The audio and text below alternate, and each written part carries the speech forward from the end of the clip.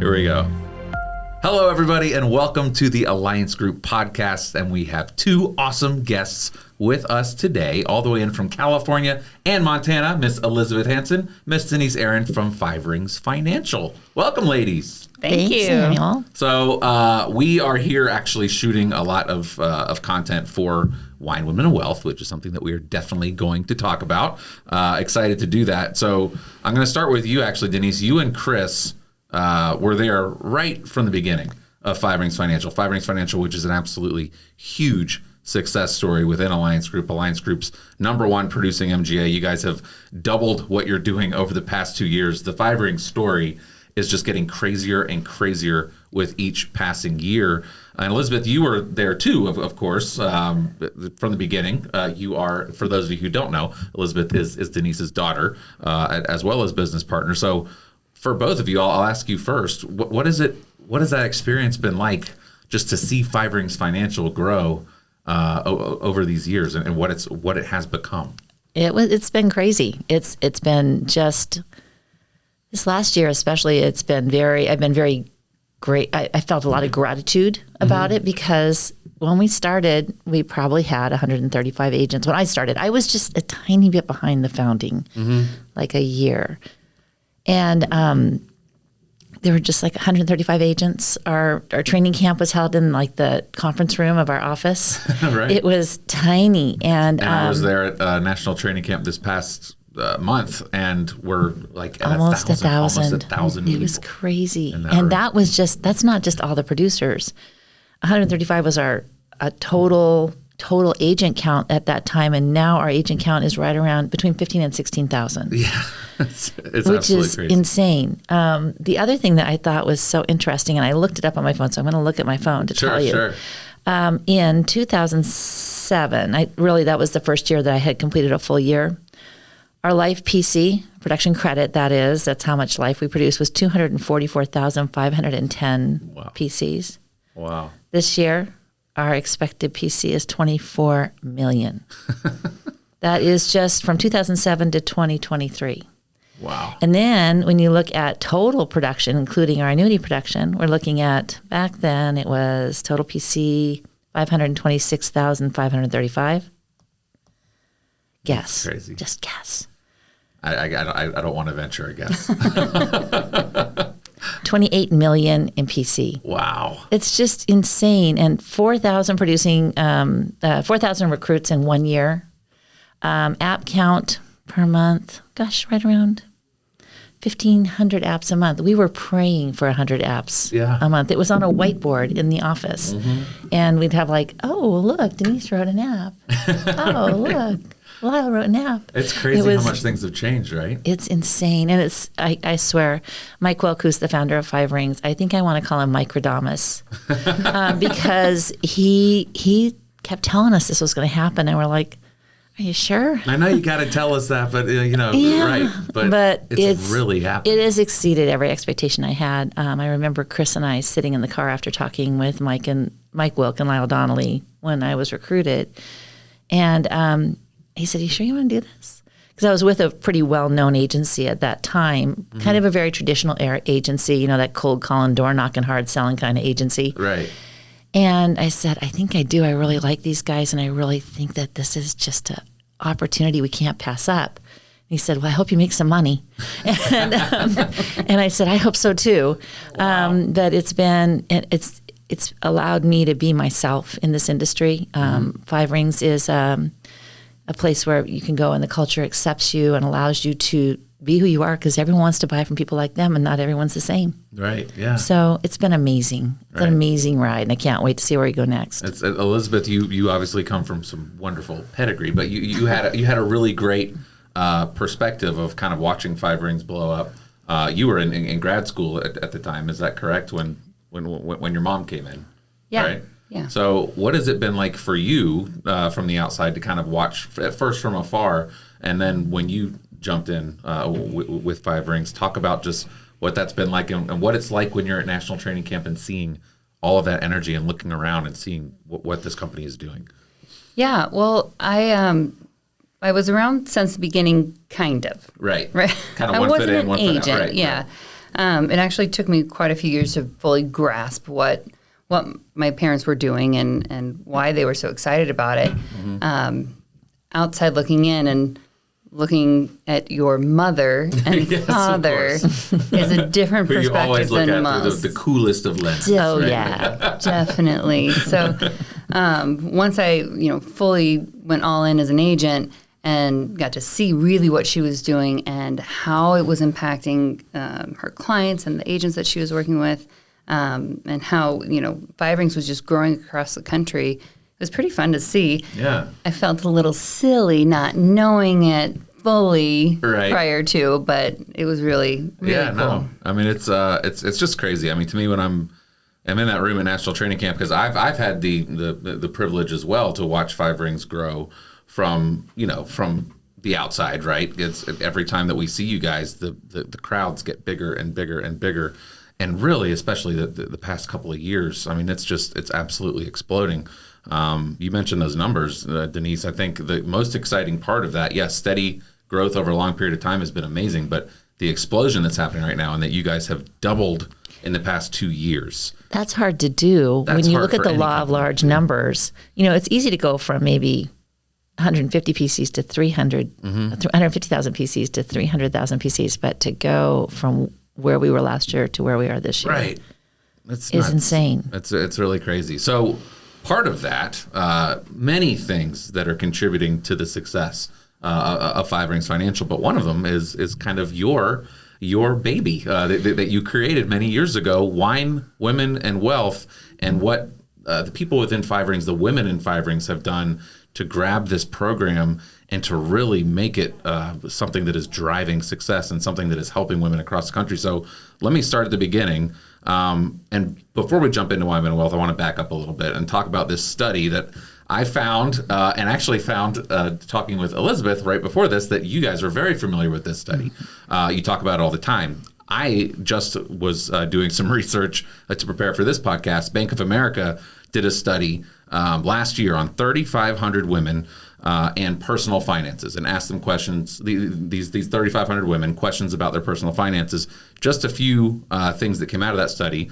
94% of women believe that they will personally be solely responsible for their finances at some point in their lifetimes. 94%. 48% of women are confident about their finances. Only 48%, though only 28% feel empowered to act. I think this is right at the heart. All of these are right at the heart of why Wine, Women, and Wealth exists, right, Denise? Absolutely. When I read a study in 2007, 2006 that said 90% of women will have sole control of their money at some point in their lives, and 72% of them are totally not prepared for that. Ill-equipped, right?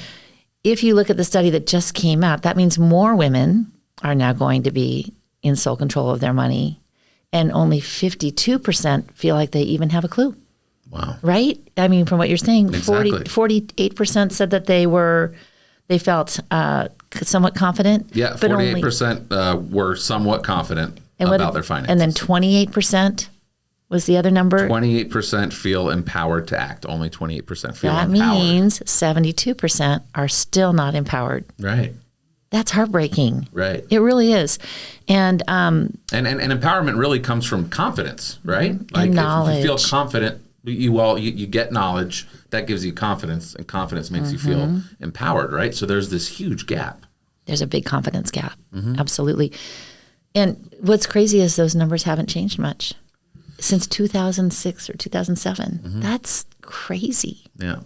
So we're fixing to change that. Right, exactly. Exactly. That's to coin a Southern term. We're fixing to change that. So tell us, anyone who might be watching and listening, tell us what exactly is Wine, Women, and Wealth? Well, the key components are a little wine, a little food, a little money talk, and a lot of great networking with a lot of great women. So this is an event that Five Rings Financial, women, certain women within Five Rings Financial are kind of able to host these events. So this is a networking event where women come to learn more about money, and most importantly, I think, Elizabeth, to communicate openly about money, which is really, I think, as someone, I have actually gotten to go to one Wine, Women, and Wealth event in my life. Who let you in? I know, right? Mary Fisher, I owe you one, right? Right. So it's all about taking down those barriers, because money isn't something that people like to talk about, right? In general, right? Right. Money is one of those things where you're taught that you should be good at it, and you're not giving any resources on how to be good at it. There's also, and I think that this gap is closing, but there's not only a confidence gap, but there's a money gap too in how parents teach their boys, their sons about money, and how they teach their daughters about money. So men are already coming out into the world as adults, having more knowledge than women. Again, I think that that's changing. Right. But the way that women learn is a communicative event, right? We learn by talking to others, by, seeing what other people have done and trying different things and learning from each other and being together as a group. I think that's one of the really magical things about Wine, Women, and Wealth, is that it's a place where women can get together and feel that community. And feel safe Yes. to kind of discuss these things without fear of judgment or saying something wrong, right? Or saying something quote unquote stupid, right? There isn't any of that at these events. And I think there is something that happens when women get together that is kind of unique to women, right? Talk about that. Women are by nature very collaborative. We want to, like, if I want to go buy a pair of shoes, if I don't have her with me or her sister or one of my girlfriends, I'm going to take a picture and say, what do you think about these? Right. Do you like these? I think they'd be cute for this event. Would you ever do that? No, Yeah. I might text my wife to be like, is this, are you going to kill me for this? That's it. Okay. So the thing is that, and shopping for us is like an event, let's go shopping, Right. Not for you guys. It's more about feeling like you're not the only one out there, because a lot of women, like we talked about that confidence gap, it becomes smaller when you realize, oh my gosh, somebody else feels the same way I do. And not that we, lay all of our money stuff out on the table when we're at Wine, Women, Wealth, but you get a sense that we're all there to become better. Right. We're all there to learn. We're all there to help. We're all there to link arms and be stronger for it. And, it's amazing how when that happens, it becomes women want to come back again and again because they've made a friend, right, or someone else that they can relate to, or gosh, Elizabeth said something at this event, or Mary Fisher said something at this event, or Denise said something at this event that just opened my eyes and helped me understand a little bit more about my money mindset and why that was holding me back. Right. Because you can teach a woman all about all the stuff. Here's the next best stock tip. Here's why you should have life insurance, all those things. But as long as she's got in her head, I'm not worthy, I'm not very good with money, I'm not good with numbers, I don't know how to, I don't know who to trust to talk to. It doesn't matter what she knows. It's how she gets her mindset straight. Right. And that's really the bottom line focus of Wine, Women, and Wealth. Right. Yeah, it's incredible. It's it's really important that I think that they feel supported, and again that they have that sense of community, to feel safe to ask their questions. Right. So, is there a lot of Q&A going on at these things, or is it an open discussion? Do you want to talk about that, Elizabeth, what we do? Well, we do a specific educational piece. So that is, and I think I'm hilarious. So And humble. Yes. So there's some jokes in there, and there's a little bit So of Elizabeth involvement. does like a little stand-up comedy, and then Definitely, yes, definitely. I like it. I'm adding value. Yeah, totally. But then we do actual formal networking. So we go around the room and we hear from every single other person that's in that room, and that is my favorite part, because there's some really cool women that come and join our group. Like introducing themselves basically to the group, right, and saying what they do. Yeah.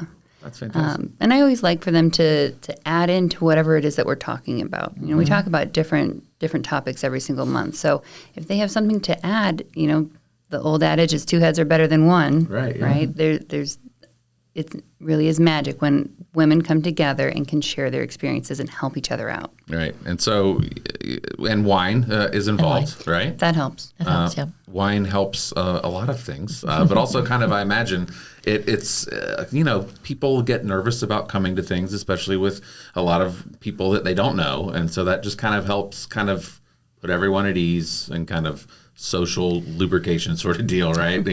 Kind of get the words flowing, right? When I first talked with Mike about it, I said, I want it to be something people want to come to. And he said, like kind of a social, educational, networking kind of thing. And I said, that sums it up right there. Because it is social. And we do encourage people to meet someone new. But we also, having a little wine kind of makes it like a girls' night out. It makes it a lot different than going to say, hey, I'm going to a seminar about money. Right. No one wants to do that. Yeah. No one will get a babysitter to do that. Right. It's kind of like a social hour, right? Yeah. With some money and some wine.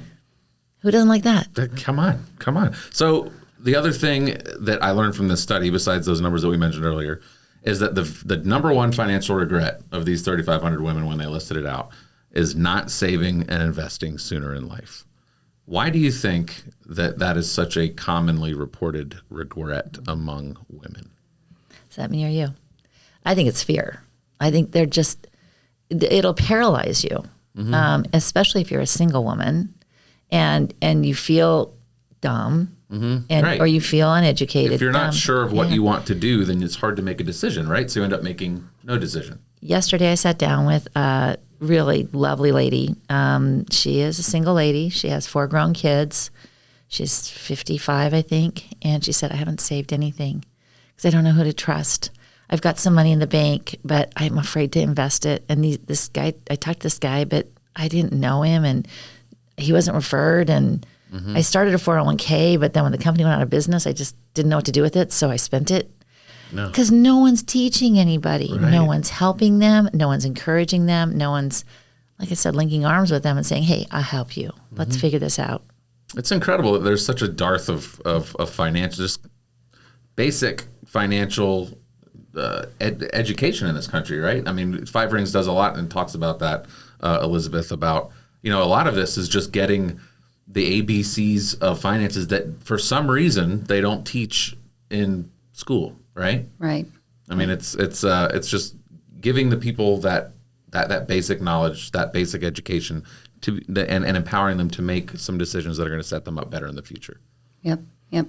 So what are some of the things specifically as far as solutions that you guys might talk about at a Wine, Women, and Wealth, that easy ways to solve some of these financial problems that these women might be experiencing? Well, I think Wine, Women, and Wealth, we like to joke, is like the book club where you don't have to read the book. So we default to topics that come from books, which is really super helpful. And our topics change from month to month. So this is supposed to be something that is specifically targeted for women specifically. Right. So we talk about all kinds of different things, and specifically. We talk about all kinds of different things, though, and a lot of it can relate to money mindset, but we talk about tangible things, too. We talk about how time management can affect how much wealth you have. We talk about organization and how that can affect how much wealth you have. It's November. We just talked about being good at holiday spending, which is a fun thing, and topic. Can also be a anxiety-producing thing for a lot of women, right? I probably could have attended that one. I went a little crazy on Cyber Monday, so. Easy to do. Yes, it is. They True confessions in the Stratton studios. Exactly, right? So it's awesome. It's an amazing program. One more thing that is a little hopeful, though, about this conversation is I did find in that study that actually younger women are taking greater control of their finances, which is an awesome development, right? A lot of these numbers, as you were saying, Denise, have kind of stayed the same or even gotten worse. But that is something that is hopeful because a younger generation of women is taking the time to educate themselves. They are talking to financial advisors more. They're educating themselves about money, listening to podcasts and things like that, going to Wine, Women, and Wealth. So that is something that is very hopeful and something that hopefully, Wine, Women, and Wealth is hoping to build upon. I think part of that goes back to it's been kind of interesting to watch the whole STEM program for girls, and watching, because when I was a kid, no girl was expected to be good at math, no girl, or science, or any of those things. We were supposed to be good at English and history and art. I was kind of good at all of them, but right. now I have Modest to be good at also. humble. See where she gets. But the thing is that to see, kids, girls encouraged to code, girls encouraged to do math, to work, to take advanced math courses, Right. do science. I think that has opened the door a bit for girls and young women to not be so fearful of the numbers that used to just swim around in my head, Right. at least, Right. Yeah. Absolutely. I'm actually good at math now, by the way. Don't worry. I'm a really good. I'm real good I'm really numbers good at what I lady do. now. I'm really good. I wasn't, but I am now. You're real good. So, what do you think it is about Wine Women and Wealth specifically that has made it so unique and so successful? Is it really just because it is so unique and there isn't anything like it out there? I just think that it was. Because people really, there's a response to it. Like there's a huge response. I've been witnessing this for years, not only from people who are coming to these events, but from agents who go to an event and then they want to host one for themselves because they're having such a blast and it's such a huge success. I think there's a hole that it's filling out there, right? I think that it's. We have a banner stand that says it's time to feel good about money, and I think it makes people feel good about money, and that's not something people always feel good about. I also think that it's one of the best things in the world to draw people in because we do those things, the networking part where we hear you and we listen and we support you. And, sometimes the networking is very, I'm so-and-so and I'm a nurse and I love the presentation and you guys are great. And sometimes we need to buy like 17 boxes of tissue because everyone tells us their whole story about their divorce or someone died or Right. their living benefit story or whatever it might be. So it just depends. But I think that because we allow people to meet them where they are, don't make them feel dumb, give them something great, some education, and some good wine too. Right. And I think that it creates an environment where they just relax and feel comfortable. I know that we have so many agents who say, I'm here because of Wine Women and Wealth. Yeah. Because it's like I said, I came from I've the heard cold that. calling, door knocking, hard selling side of the industry. Yeah. That was 90% male. There were only 2 other women in my office of like 40. I think it opens the door for women to be successful in this industry as well. Which is a huge hallmark of Five Rings Financial is the women that are a part of that group. I don't have the numbers on this, but I feel safe to say that it's more than 50% women at Five Rings The Financial. last metric we had was 65% Wow. roughly, which in an industry that's very still dominated by men. Not that we love men, don't get me wrong. Yeah. But We're great. yes, you are. But you know what? Women didn't know they were great at this. Yeah, it's And incredible. it's been really fun to see our agency grow and be a big supporter of women agents. Yeah. So Elizabeth, you've been a huge part of Wine Women and Wealth as well, obviously, but you've actually kind of created a sort of a spinoff, right? Money, Mommy, and Me. You right? got it. So this is kind of aimed toward a slightly more specific demographic. Why don't you tell us about Money, Mommy, and Me? Yeah, well, when I first started as an agent with Five Rings, my girls were 3 and 4 years old. They were babies. I know. So fast. Mine are 9 and 6 now, so Yeah. I remember very, very clearly that phase. And- It's a fun phase, but a little hectic, right? It's a little hectic, and it's also a little hard to be away from them. Exactly. Especially at night. So we have a lot of fun at Wine Women and Wealth and at Money 101 too. But they're nighttime events typically. Yep. And so being a brand new agent and trying to raise a young family, not only was it hard for me to be away at night, but all the people that I knew and that I were inviting had young kids also. Yep. Same position, right? Yeah. So they, I had so many other moms say, "Oh, I'd love to come to Wine Women Wealth. I can't get a babysitter. I can't get away. I can't do this." Right. Which is an excuse. Right. Sometimes you need to get away and have a glass of wine. That's for sure. Yeah, absolutely. But I kind of very selfishly created a sister of Wine Women Wealth. Sure, not selfishly at all. I think it's a very it was a need that you saw, right? Sure, Absolutely. So at those events, you've got what makes it unique. Obviously, well, is there wine? no. Okay, no wine. Coffee. Wine's Because all always parents need some caffeine. That's for dang sure. There you go. So you got coffee, and then you also have childcare like built in, right? Yes, yes. Pretty cool. Tell us about that. So, again, I just wanted to have a place where I could invite parents. I could bring my kids if I wanted to as the Right. agent. My agents that had young kids could come and bring their kids. It's like a play date for them, right? It is. That's It pretty is. cool. Play date for the parents and the kids. Yeah. And I also, starting in the financial industry, I came from physical therapy, which is miles away from the financial industry. Right. And I loved what we could do and made money mistakes along my journey too. And I started to feel a little insecure about what I was taught about money. Again, I was in grad school when my parents started coming into the financial industry. So I wished that I had a better foundational money piece as a kid. And I really didn't want my kids to have that same gap in knowledge. Right. So started to do some research on how to teach your kids about money, and it kind of just all came together. But yeah, we have childcare. Right. So it's teaching, it's talking about how to teach your kids about money and kind of how to frame that, because you touched on this earlier, Denise. A lot of, and we've had previous guests on the show. We had Krista Pashonik talking about this earlier, and I think it's fascinating. I've heard Mara talk about it before. Our relationship with money, right? It's very much shaped from a very early age.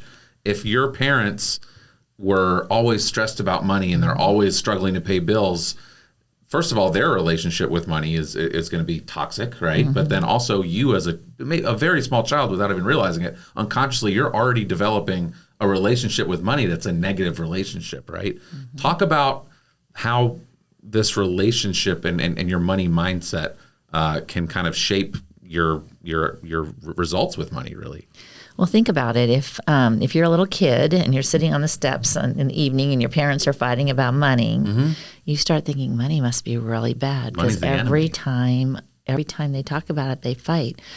You don't know that it's not that. It's a lot of other things, but as time goes on, that just sits and festers in your little brain, right? And so I think that one of the biggest things I hear is worthiness about money from women especially. I haven't heard it much from men, but women have a real problem with worthiness. And it's because, my parents never had any money. Why should I think I should have any money? Why should I be any good with money? Because they never had it, and I don't want to exceed where they were. And it's really, it goes down to the heart of things, into the empathetic part of women, where they're just totally not It's all good. It's one of your clients, Sorry. I'm sure. It's my boyfriend's spam. So this relationship with money it's something that a lot of people, I'm sure, have never thought about until you kind of start peeling back the layers of the onion, right? And they're like, holy crap, I always have had a negative attitude toward money. I always saw it as a problem to be navigated around, or to figure out a way, rather than something that is actually very empowering and it can bring you all kinds of wonderful things in life if you treat it the right way, right? Societally, think about it. What are those words in society? Money is the root of all evil, even though that's not even the right saying. Money doesn't grow on trees. Who do you think I am, Rockefeller? All those, right? And then it goes to familial, right? So your mom says, your Italian mom, or your says, marry a doctor, then you have lots of money. Marry a doctor, not you be a doctor, right? And then even the things in school. Well, your girl's not necessarily very good at math, so don't try too hard. Just go do English. If we look all through, it's pervasive. And if your parents didn't have a great relationship with money, and you didn't learn it anyplace else, and you hear all these things from society, how the heck are you supposed to have a good relationship with money? That's incredible. Yeah, it's one of those things. It's like, once you think about it, you're like, it's so obvious, right? I mean, this is it's always a very fascinating subject for me to talk about with you guys, because I know that you talk about this on the daily with women, and kind of, again, peeling back those layers of the onion and getting to the root of why do you feel insecure about money, right? Like, why do you feel like you're not worthy of it, or why do you feel intimidated by it, or something like, or like you can't handle this. It's always really fascinating to me. So, Elizabeth, talk to me about what kind of woman is kind of prime to really get the most out of a Wine, Women, and Wealth event. And this might be a trick question, because I've asked this question before. That really, it's anyone who likes socializing and learning and drinking a little bit of wine, right? So here's my trick answer. I hope any woman can get something from Wine, Women, and Wealth. Whether they're just starting in their financial journey, they are taking baby steps and trying to learn more, or whether they're at the top of the corporate ladder, right, and just wanting to talk to other women and see kind of what's out there and start thinking out of the box a little bit. They don't even have to like wine. We do mocktails at our events too. Right. I've had pregnant women come to Wine, Women, and Wealth. A lot of women in wealth didn't have the same ring. Right. So they don't. The wine isn't required. Mandatory. Right. Exactly. No. I don't pour it down people's throats. But it is fun if you like that kind of thing. Yeah. Anyone can get something out of Wine, Women, and Wealth, whether it's a new friend, some knowledge, or maybe a new favorite varietal, right? So, ladies, we're actually here. We're going to be filming a lot of content about Wine, Women, and Wealth. This is something that's happening across the country. There are dozens and dozens of women that are conducting Wine, Women, and Wealth events in your neighborhood, probably. So how would someone watching this who wanted to be involved in Wine, Women, and Wealth, to attend a Wine, Women, and Wealth event, how might they get connected with that? I think that you can look on social media, because a lot of our agents do put a fair amount of information out on social media. But if you are at a total loss, go to fiveringsfinancial.com, contact us, put your info in there. At the bottom, say, I want to go to Wine, Women, and Wealth. So that would be all you'd have to do, fiveringsfinancial.com. It is an amazing program. It's something that I've personally just seen absolutely blowing up over the past decade, and it's really awesome, something that you created, Denise. So congratulations. It was my third baby. Right. So thank you guys so much for joining us. We're going to be filming a lot of promotional material for Wine, Women, and Wealth. You guys will see that on social media and everywhere else. So thank you so much again, Elizabeth, Denise, for joining us. Thanks for having us. Thanks, Daniel. Listen to this interview and more on the Alliance Group podcast.